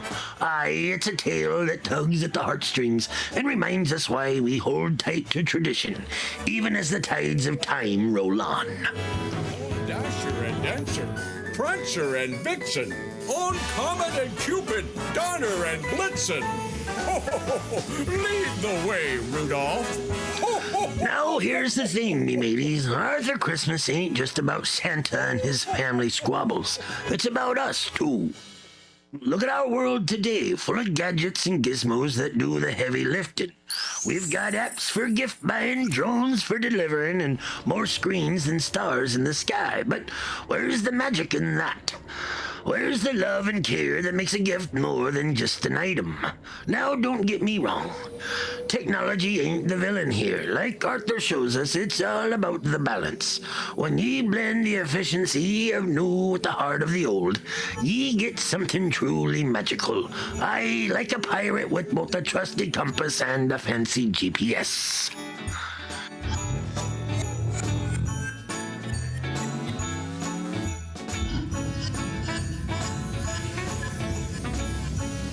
But there's more to this tale, me hearties, than just tech and tradition. At its core, it's about belief.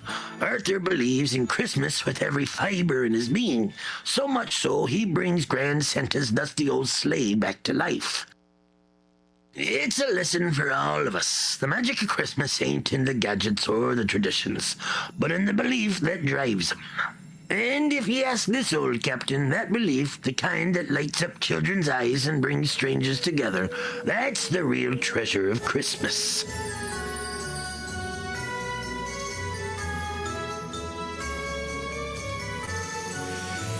Now, I ain't the only one with a say in this. I want to hear from ye, my crew. How do ye keep the balance between the modern and the magical in your Christmas celebrations? Do ye pine for the days of handwritten letters and homemade gifts, or have ye found a way to marry tradition with technology? Send your messages in a bottle, or more practically, drop a note in the comments, or send it to ahoylandpirate@gmail.com. I'll be reading your tales on the next episode.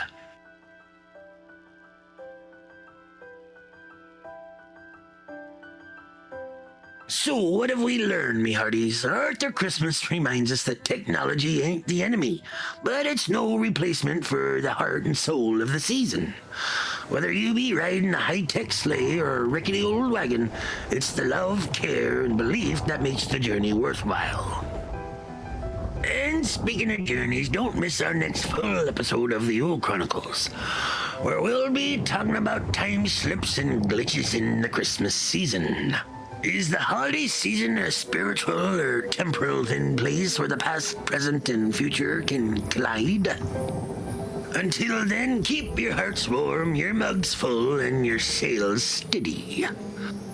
Fair winds and merry tidings, me friends. This be Captain Jeb signing off for now. See ye on the next adventure.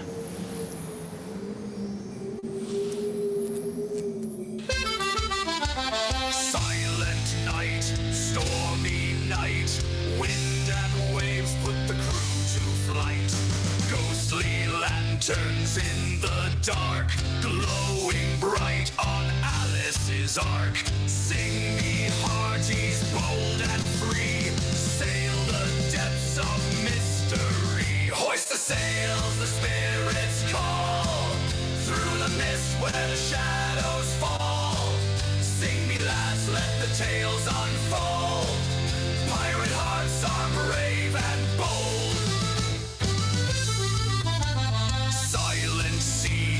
Haunted breeze, phantom ships drift with chilling ease. Legends rise from the depths below, mermaid songs and a spectral glow. Drink me hearties to the night, raise a toast to the ghostly sight. Hoist the sails, the spirits call, through the mist where the shadows fall. Sing me lads, let the tales unfold. Pirate hearts are brave and bold.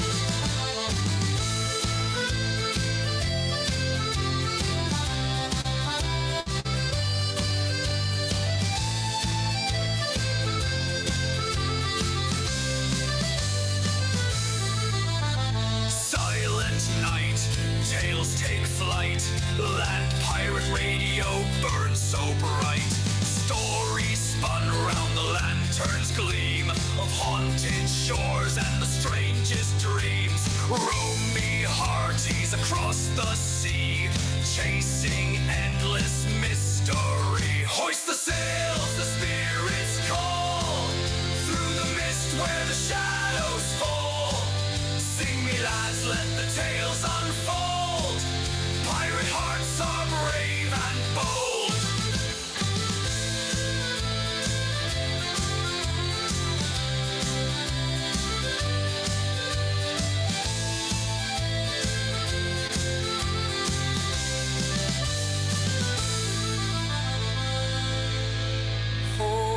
The sails, the spirits call, through the mist where the shadows fall. Sing me lads, let the tales unfold. Pirate hearts are brave and bold.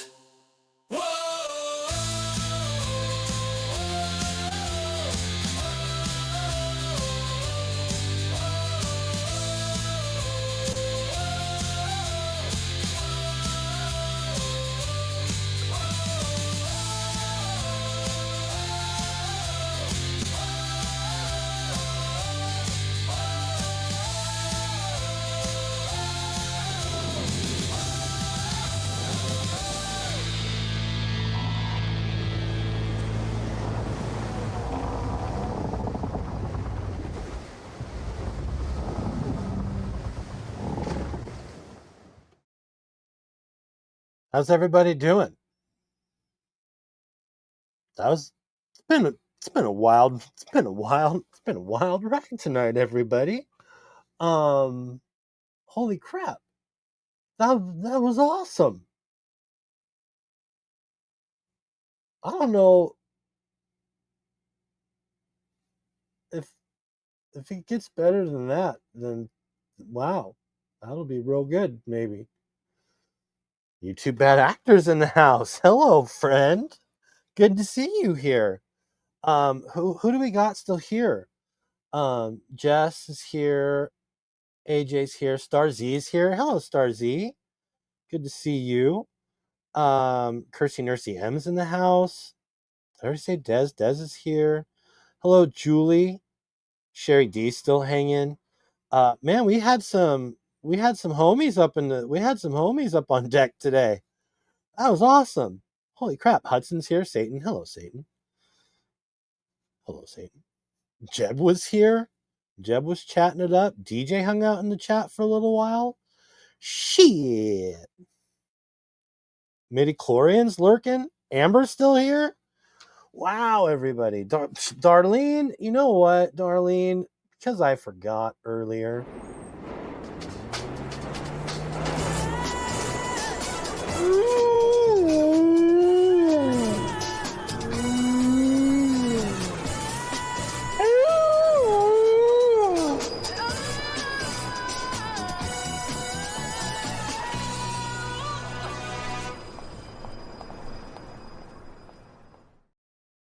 Yeah, let's stay safe there, YBA, you two bad actors. So good to see you here. Thank you. Wolves in the chat. Yeah, Darlene Wolf hanging like a champ. What is up, guys? Holy crap. How was how did you guys like? I feel like, okay, now that all the bright lights and the big city vibes are gone, it could just be like us land pirates, right? How did you guys, Dilly, what is up? What? Oh no. Did you guys enjoy that as much as I did? Dilbert, I hope you're okay.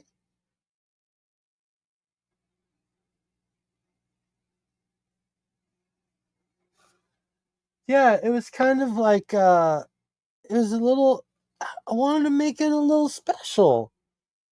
Right? Like, I didn't show DJ his entrance song, which I totally went like WWE with it, and I was stoked. I did the best I could in just not a lot of time. But it was fun. I thought it was great. Oh, and he had no idea. He was backstage. He's like, "What?" It was so great.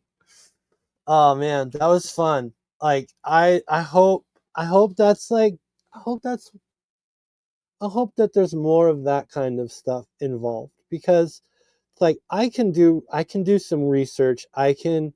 I can put something together, and then I can take it to the writer's room, wink wink, and have them, give me multiple drafts, edited drafts that I all do myself, right? And then put it to the writer's room again to finish it. It's a process. Try to do 3 of those a week, and it's a lot of work. So yeah, Chat GPT is a good friend. It's my writer's room, my editor. It's awesome. And so really, I was thinking about it, and you guys were like, well, he should write a kid's story. And I'm like, I can come up with the concept, and I can come up with what I want it to look like and what I want it to generally sound like. But 1, I'm not that good of a writer. 2, I don't have the time. So I'd use the tools that are available to me. Maybe someday I'll find someone to write for me. There's this one dude, I don't remember his name. Simon Whistler, maybe? He's got a few different channels, and he does some true crime. He does some conspiracy type stuff. But I think he either uses AI or he has real writers that write him stuff, and he doesn't see it until he reads it on his show, which is kind of cool. Like I would love to do something like that too. But yeah, I think I am a storyteller, and I use whatever I have available to help me tell stories. That's it. Yeah, this one was awesome because we got like someone that like has like really good, I think, foundational insight. Yeah, I thought he did, AJ. And it was cool to tie it into, because I already had the show mapped out. I already knew when the Santa UFO show was going to land, and within just like the last week and a half, Miss Jessica finally like put it together for us. And I know a bunch of you guys have always said, dude, you gotta get in touch with DJ. And so it's just this little channel, you know, and I'm just like, I feel like I take this very serious. Like when I put these together, I'm very serious about it. And but I want to have fun, you know, so I'm just having fun.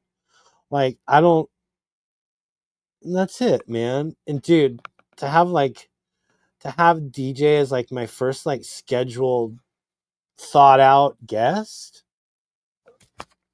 dude, bravo. Thank you, man. That was everything and more than I think I thought it was gonna be. Like I see I don't know if my numbers are like going up and down, but I'm trying to not notice. But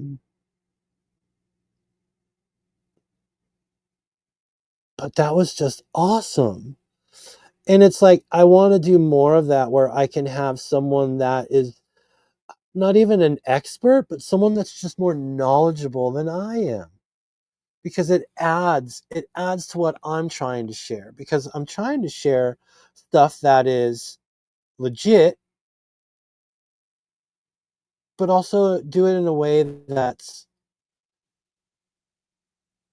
not so much like trying to shove it on you, but just get you to think about it, you know. And I think if we can bring in people like DJ, more people from his cab crew, you know, like, and expand on these things, because I know Nathan gets into more of like the spiritual side of stuff, which we've done here. That's what I love, is it's like they've done all the stuff that I'm doing, and I've always heard about it. I never checked it out, you know. And they're like, no, dude, this guy is like into this stuff. I'm like, oh shit, you know. And then it happened. And that's like when things, you know, it's when things go. It's just cool. It was a blast, man. Thank you, DJ. Jeez. So, I don't know if the lasses saw it, the ladies saw it. I put the call-in link. Put the call-in link in the Discord if you guys want to share it. If you guys want to do some call-ins, we'll do some call-ins. But yeah, so if you're new here, there is we do try to keep call-ins roughly organized. One call per person. Well, we'll just play the video. Just play the damn video, man. Just play the damn video.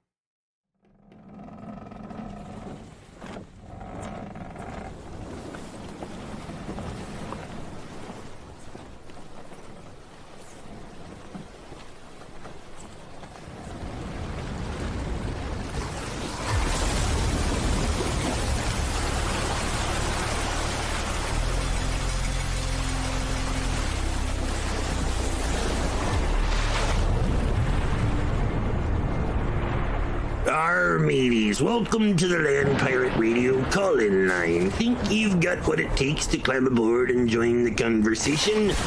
Here's the code of conduct for ye scallywags.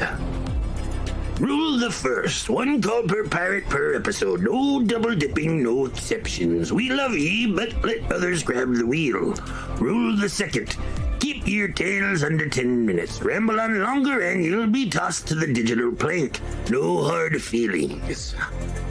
Rule the third, bring the heat with a good take. None of that lukewarm porridge nonsense. Share something spicy, smart, or downright fascinating.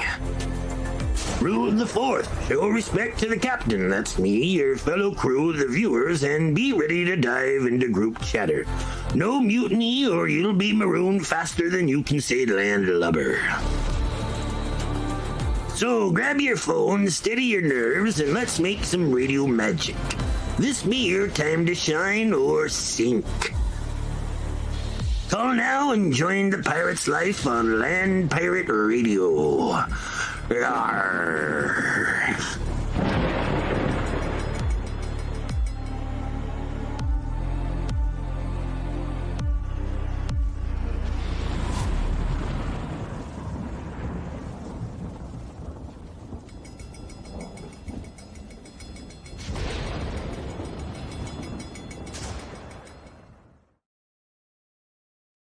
All right, the link has been dropped. Call in if you guys want. I'm down to hang. Like, it's like way early for me. Like, this is still like hour and a half before normal time. So I'm just chilling. We can chill, we can hang. There's like way too many people here. That is uncomfortable. Thank you guys so much for being here. My God.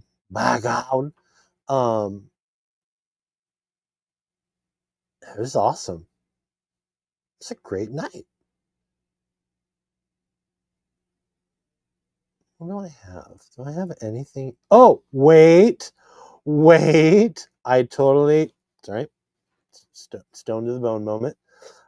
Wait, I do pay attention to chat, ladies.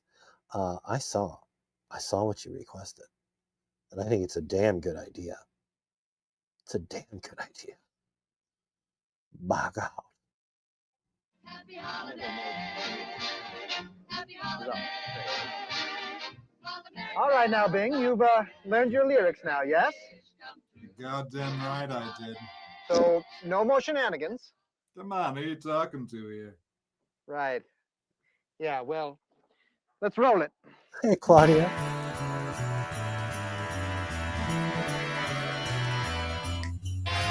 He's gonna have a bag of crazy toys to give the gronies and the girls and boys. So dig, Santa Claus comes big.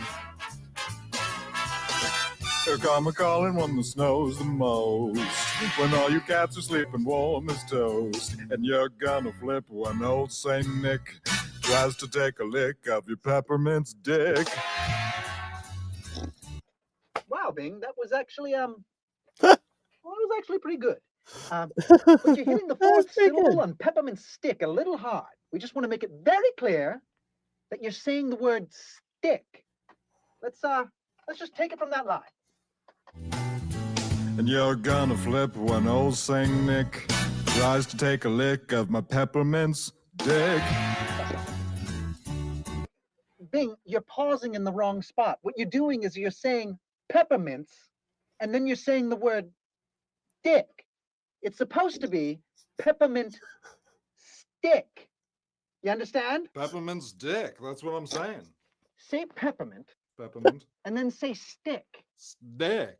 Why do you say stick like that? It's my transatlantic accent, friend. No, it's not, Bing. Now, I swear you're doing this on purpose. Just say the word stick, okay? All right, you got it, Daddy-O. All right. Hold on. Hold on. Can we pause for a second? We are talking about my penis, though, right? What? No. It's just implied by the lyrics, is all I'm saying. So in your mind, the lyrics are, mind. you're gonna flip when old Saint Nick takes a lick of your penis. I'm just saying I would flip. I tell you what, flip like a damn flapjack. You're not touching my penis. Okay. All right. You know what? Fine. Between you and me and no one else, this song is about Saint Nick taking a lick of your peppermint penis, but very metaphorically and very It does subtly look in like a way him, that though. no one would ever pick up or decipher. It's very wink, wink. Get me? I'm just glad we're on the same page. All right. Let's roll it. And you're gonna flip when old Saint Nick tries to take a lick of a peppermint stick. Wink, wink, am I right, ladies? Don't say wink, wink. Well, how are people gonna know it's about my penis? I don't want people to know it's about your penis. Uncle fucking Frank. Let's try it again. And you're gonna flip when old Saint Nick tries to take a lick of a peppermint stick. Just to be clear, I'm not talking about my penis, okay? Or am I? Just read the words as they are on the page. One more walk around the block, no ad-libbing. I feel you, no detours. Okay. Let's roll it. And you're gonna flip when old Saint Nick tries to take a lick of your peppermint stick. He'll come a-flying from a higher place and fill the stocking by the fireplace. Hold on. Can we cut the music for a second? Hold on 1 second. No, what are you doing? That was the perfect take. Fill the stocking by the fireplace. Okay? I know what we're talking about here. We're talking about butt fucking, aren't we? I'm done. Can you give me Louis Armstrong on the phone, please? I just need to know because it'll affect how I'll sing it. Okay? Maybe I'll toss in a hide your butts or I'm just Hide your butts. Hold on to your butts. Too much? Oh, I do love peppermint soap. Too much? It's my favorite. Too much? Oh. You're taking the song away from me, aren't you? That's fine. I'm just gonna drive myself home.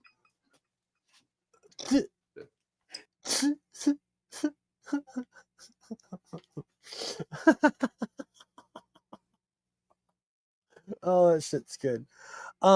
So I don't know, y'all. I think we might call it, everybody. I don't think anyone's gonna call in, which is totally cool. It was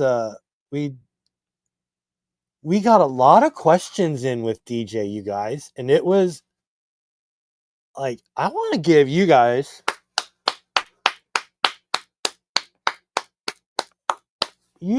tonight exemplary, outstanding live tonight. It was so good. Look at Amber staying up past her bedtime.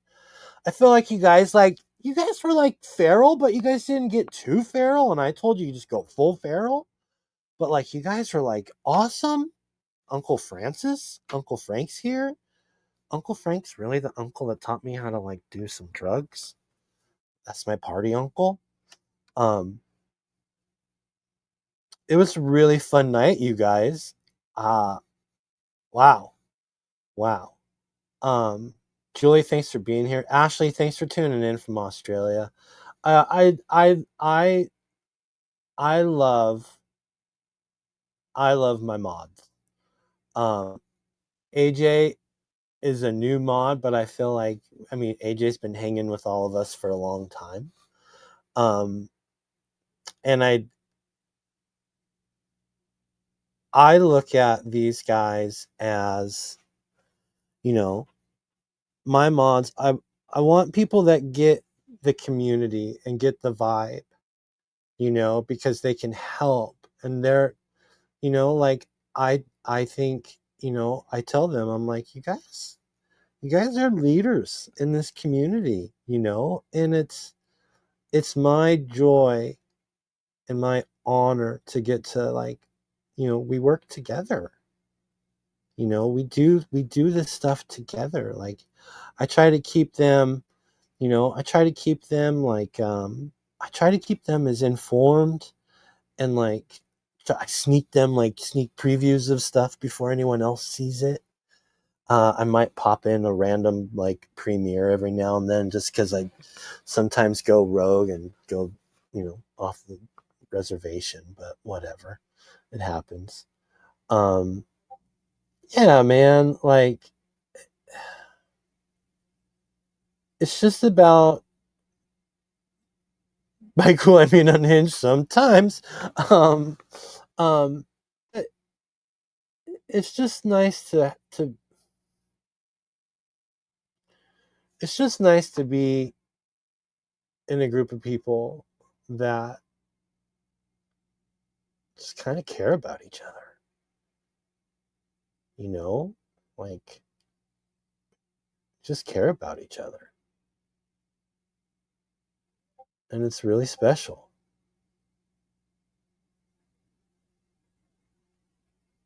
I appreciate all of you guys. With that, you know what? Hello, Hate Corruption. Thanks for stopping in. We're going to call it. We're going to call it tonight, I think. We're almost at that 2-hour mark. Yeah. Claudia, I hope you're doing okay. All right, you guys. And you know, as of right now, I'm done early, so I haven't looked at anything. We could be on OB watch. We might be on OB watch. You never know. I think I'm going to take up my position on Overwatch and just try to like always know when she goes live so I can spread the word and the love. Thank you guys for being here. Got an early one in. Never know. Maybe we will do some more early ones, especially if I get more guests like DJ. Look at you guys popping in at the end. Sweetie, Brookshire. I said it right. Said it right, Brookshire. Lena, hello. Thank you guys for stopping by. Yeah, OB Watch.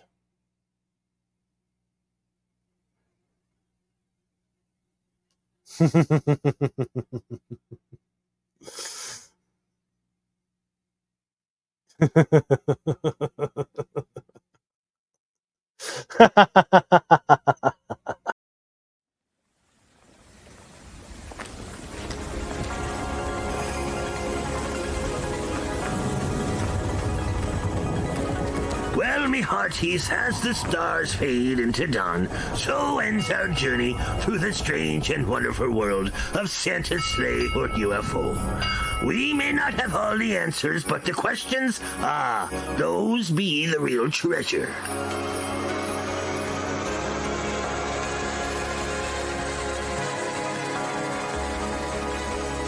A tip of me pirate hat to DJ from Calling All Beings for lending his insight to this wild ride.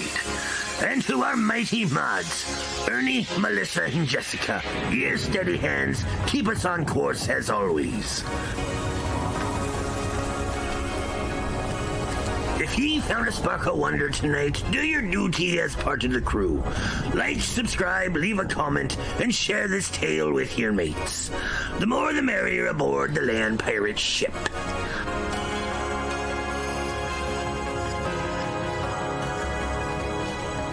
Until next time, keep looking to the skies and dreaming of what lies beyond. This be Captain Jeb signing off, reminding ye, when the seas get rough, there's always a place for ye here at Land Pirate Radio. Fair winds, me friends.